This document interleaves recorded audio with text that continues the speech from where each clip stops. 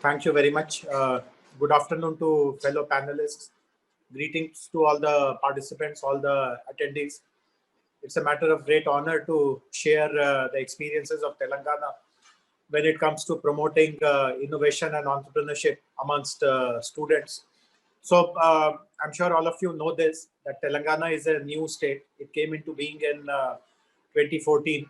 And after the state came into being, we took a very conscious decision that Telangana will be a state which will be technology enabled. We will encourage the adoption of technology in multiple government programs, government activities. And obviously, as we all know now, that lots of very path-breaking, very transformative technology these days is the outcome of startup activities. So right from day one, that is in 2014, our government took a very clear and a very conscious stand that we must do everything to encourage startups, to encourage innovation, to encourage entrepreneurship. And therefore, we have done a number of things. One is that much before programs like Startup India, etc., became prominent, we came out with our own innovation and startup policy. And this policy has been received very, very well. It has earned lots of appreciation for two reasons. One is, see, in India, we have all kinds of policies. I mean, there are so many great policies. But most of the times people complain that these are very intentional kind of policies, very aspirational, very motherhood kind of policies. They make very good kind of assurances and promises, but very little of that gets implemented. So in Telangana, when we were preparing the policy on innovation and entrepreneurship, we took a decision that it will be based on the actual problems which startups face. And so therefore, it will be a very practical and a very implementable policy. So this was one very key decision which we took. And then the second nice thing which we did in Telangana was to create various institutions. So just as Mr. Sahu spoke about the O Hub, we have 𝒃𝒄 in Telangana, which today is the country's largest tech incubator, occupies almost 80,000 square feet of space. And coincidentally, I mean, I'm glad that I'm getting a chance to share this. In a matter of 2 months, the second phase of 𝒃𝒄 will be ready, which will be 5 times bigger than this. So as I said, 𝒃𝒄 at 80,000 square feet is already the biggest, but what we will be developing now is 5 times bigger than the biggest. So you can imagine the kind of support and mentoring and curating that is possible for startups. And then we have developed other institutions, like there's an incubator only for women entrepreneurs that is called 𝒃𝒄. There's a incubator only for hardware people who are into prototyping, into making, that is called 𝒃𝒄. But at some point in time, we also realized that when we are creating such huge structures by spending so much of money and putting so much of time and effort, etc., what is the pipeline which will occupy these institutions? I mean, I do not want a white elephant in Hyderabad, some 400,000 square feet of space, and there is hardly anyone from Telangana who is occupying that. People from all over the country, all over the world are flocking to it.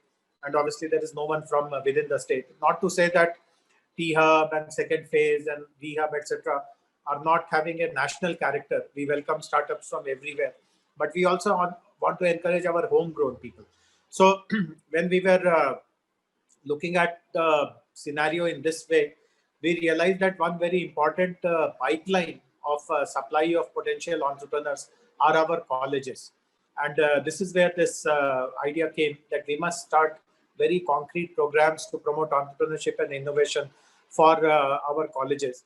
And therefore, we took two decisions. One is that we created a separate institution which will work for promoting entrepreneurship and innovation in colleges. We called that institution is called TASK, Telangana Academy for Skills and Knowledge. And the second very important thing is, which is true of other institutions also, like 𝒃𝒄, 𝒃𝒄, 𝒃𝒄, etc. And it is true for TASK also, that in our government, right from the time the state came into being and we started setting up these institutions, we are very, very clear and very conscious of the fact that the best talent to run these institutions does not necessarily lie within the government. In fact, there is much better talent, particularly in these sectors, which lies outside the government. And we have had no hesitation at all in bringing that talent from outside the government for these institutions. So for example, I spoke about Task. Now the CEO of Task is a person who has worked for many years on skilling and entrepreneurship initiatives in leading national or leading private sector organizations. And before he joined Task, he was heading the NASSCOM Foundation nationally throughout the country. Similarly, the T-Hub CEO, the V-Hub CEO, the T-Work CEO, they are all talented people who have a very stellar track record and who are all from the private sector. So these three things, policy, institutions, and talent, this combination, in my opinion, has worked very well in Telangana. And once Task and a talented pool of people in Task have taken up this responsibility, a lot is happening in promoting student-led entrepreneurship, innovation. So in multiple colleges in Telangana, we have almost 250 plus engineering colleges and large number of professional colleges, graduation colleges, polytechnics, etc. So all of these are empaneled with Task. And what Task does is that, again, using its own staff and using lots of mentors and domain experts who are available in the Hyderabad ecosystem, we set up entrepreneurship cells in colleges. In some colleges, entrepreneurship cells may already be there. In fact, I'm able to recall a rather amusing kind of an episode, which I would take a minute to share. So I'm also the IT secretary in Telangana. I'm the IT secretary and the industry secretary. So as the IT secretary, I get lots of invitations to visit colleges, address their students, participate in their annual day functions or some IT day and stuff like that. And typically when I go to some college, they also show me around that this is our lab, this is our classroom. And invariably, I am led somewhere where I see a door on which a board hangs which says Entrepreneurship Cell or EDC. And 99% of the time, the door is closed, the door is locked. And I saw it once, I saw it twice, I saw it 4 times, I saw it 8 times. And then I got curious that why is it that every college has one entrepreneurship cell, but the door is always closed of that entrepreneurship cell. And then someone told me that there is some AICTE or some UGC program that if you have an entrepreneurship cell, you get some 3 lakhs more or 4 lakhs more or something. So, I mean, things had become rather farcical, that just to get those 3-4 lakhs, I create build a room, I put a board there, but nothing happens behind that door. So all that has changed now in Telangana. We have we have conducted boot camps for faculty members from these colleges. Principals have identified good faculty who have that flair for entrepreneurship, because teaching entrepreneurship is not easy. In fact, the credibility of someone who is teaching entrepreneurship gets established right on minute 1. If you are a non-entrepreneur, if you are just speaking through your hat without meaning anything or without understanding anything, you are caught instantly. So obviously the people who will run these ETCs or the entrepreneurship development cells, they have to be people of strong background, good, etc. So we have been very fortunate in doing that. One last thing that I wanted to share is that we have also used a very good program, and maybe all the other states who are here, perhaps this can be a good takeaway for them. See, in the engineering colleges, typically you have to do a student project in the last year or sometimes in the 3rd year, or sometimes both in the 3rd year and 4th year. And what my experience has been that, and incidentally for the last year and a half, I'm also a vice chancellor. I'm the vice chancellor of the Technology University in Hyderabad that is called JNTU, the Jawaharlal Nehru Technology University. And there are 240 colleges affiliated to us. We are both a teaching body as well as a degree granting body. So in my own colleges and in the affiliated colleges, what has come to my knowledge is that this project work is taken very, very lightly. I mean, students also just think that this is a course for which if I get some 30 marks or 40 marks, that is good enough. Faculty also do not demand any very high quality or any original or innovative work. In fact, there are rumors, I hope these rumors are not true, but there are rumors that outside certain colleges, project reports are sold actually. You pay some 1,000 rupees, you get some old project report, you change your name, you put your name. And so everything is a big sham, so to say. So what we have done is that we have introduced a very interesting program, which is called Technology Entrepreneurship Program. And in all these colleges who are enrolled with us, we guide them how this student project can be converted into a full-fledged business plan. So don't submit something just for 40 marks or 50 marks or as a formality. Convert your project into a business plan idea. And we have started associating teachers from business schools for this program. And as all of you would know, the best business school of the country is located in Hyderabad, which is the Indian School of Business. Anjuji may not agree. She may feel that the best is located in Ahmedabad. But I would still go and say that the best is located in Hyderabad, the Indian School of Business. So ISB professors actually mentor the students who are preparing their college project into a full-fledged business plan. And for the last 3 years, we have run this very successfully. We take 200 students, and these are not from the best engineering colleges. I mean, they are not from obviously from the IITs and triple ITs and BITS and all. They are from colleges which are affiliated to my university, the JNTU. And these are not the best colleges. So these are rural colleges, 2-tier, 3-tier location colleges.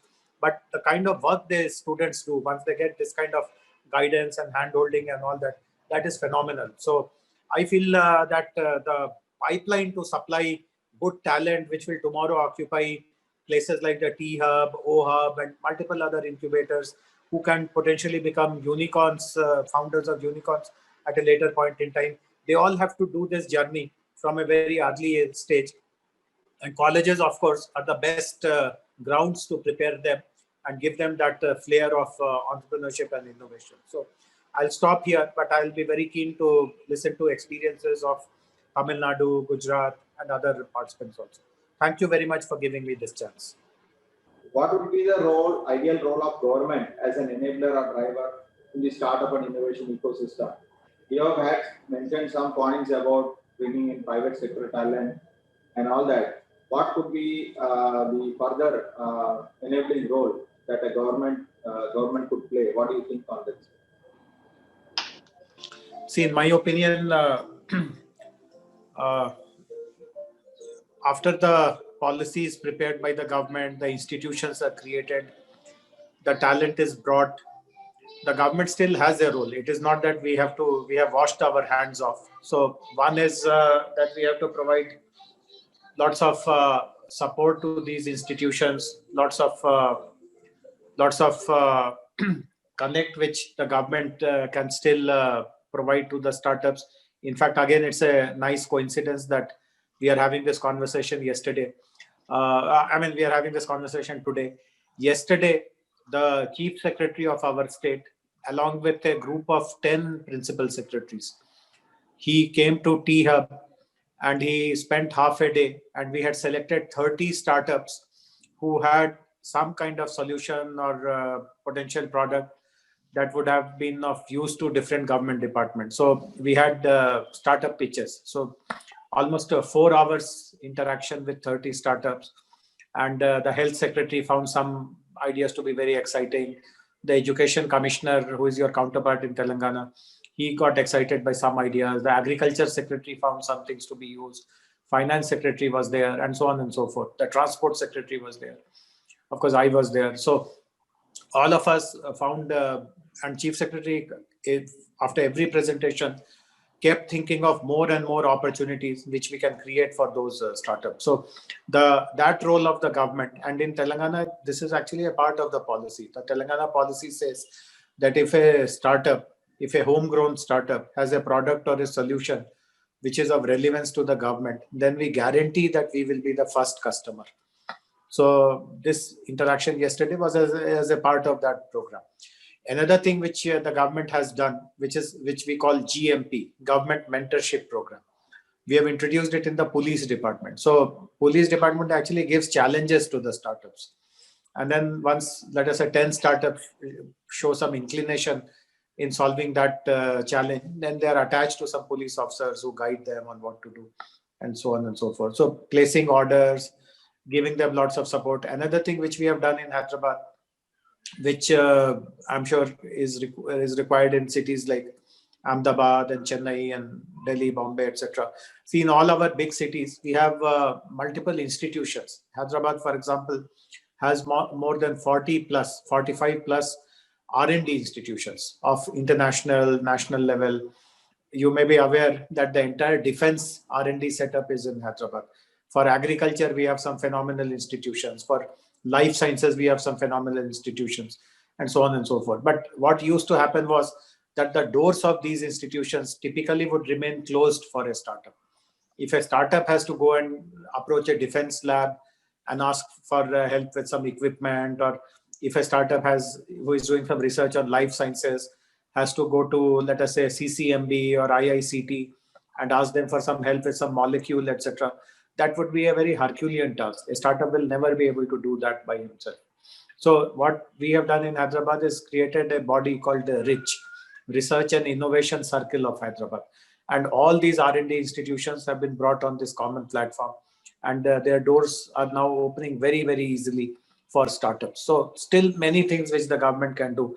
It is not to say that by bringing outside talent, government can just hand over everything to them and our job ends. I mean, our job in some ways definitely ends, because we want these institutions to be very autonomous, and the outside talent, the CEOs whom we have brought, we want them to run the show completely independently without the government micromanaging them or over regulating them. But there are still lots of supportive activities which the government can play the facilitating role if you are serious about uh, encouraging entrepreneurship and innovation. If you are non-serious, then even if you do nothing, there's nothing to kind of complain about. So this is my take based on Telangana experience of the last 5-6 years.